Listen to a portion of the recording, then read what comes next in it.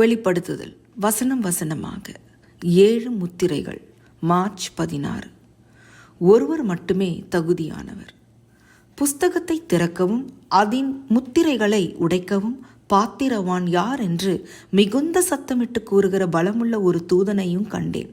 வானத்திலாவது பூமியிலாவது பூமியின் கீழாவது ஒருவனும் அந்த புஸ்தகத்தை திறக்கவும் அதை பார்க்கவும் கூடாதிருந்தது.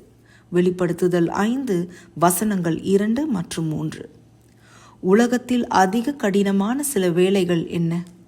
உயிர்களை காப்பாற்றுகிற சுகாதார பணி சம்பந்தப்பட்ட வேலைகள் தாம் முதலிடத்தில் உள்ளன. எண்ணெய் கிணறு தோண்டுகிற பணியாளர்கள் உடல் அளவிலும் மனதளவிலும் கடினமாகவும் ஆபத்தான சூழ்நிலையில் அதிக மணி நேரமும் பணி செய்ய வேண்டும். மேலும் இராணுவ பணி உயிரை பணயம் வைத்து செய்ய வேண்டியது. பிதாவாகிய தேவனுடைய கரத்தில் முத்திரிக்கப்பட்ட ஒரு சுருளை யோவான் பார்த்த சமயத்தில் திடீரென்று பலமான தூதன் தோன்றி புஸ்தகத்தை திறக்கவும் அதன் முத்திரைகளை உடைக்கவும் பாத்திரவான் யார் என்று மிகுந்த சத்தமிட்டு கேட்டான்.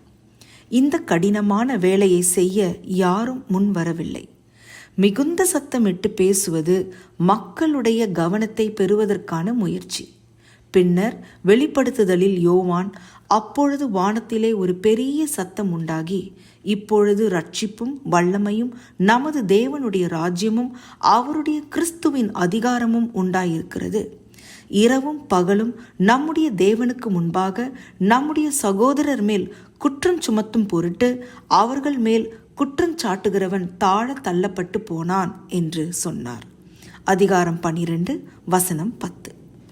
வெளிப்படுத்துதலில் மிகுந்த சத்தம் என்கிற வார்த்தைகள் முக்கிய நிகழ்வுகளின் போதுதான் சொல்லப்படுகின்றன. பரலோகத்தின் சத்தங்களை அமைதிப்படுத்தவும் சுவிசேஷத்தை அறிவிக்காதபடிக்கு செய்வதும் சாத்தானுடைய வேலையாகும். மக்கள் வேதாகம சத்தியத்தை பார்க்காமல் செய்து தங்கள் சொந்த தொலைந்து போன நிலையை பார்க்கும்படி செய்வதே அவனுக்கு மிகுந்த பிடித்தமான வியூகம். நாம் விரக்தியின் நிலைக்குள் செல்கிற வரையிலும் இரவும் பகலும் நம்மை குற்றஞ்சாட்டிக் கொண்டே இருக்கிறான். இறுதியாக உலகத்தின் பாவத்தை சுமந்து தீர்க்கிற தேவ ஆட்டுக்குட்டியில் யோவான் 1 வசனம் 29 நம்பிக்கை வைக்குமாறு சொல்லுகிற பலத்த சத்தம் மட்டுமே நம்மை விழிக்கச் செய்ய முடியும். வானத்திலாவது பூமியிலாவது பூமியின் கீழாவது ஒருவனும் அந்த புஸ்தகத்தை திறக்கவும் அதை பார்க்கவும் கூடாதிருந்தது என்பதை யோவான் கண்டுபிடித்தார். பிரபஞ்சம் முழுவதிலும் ஒருவர் கூட அந்த வேலையை செய்ய முன்வரவில்லை.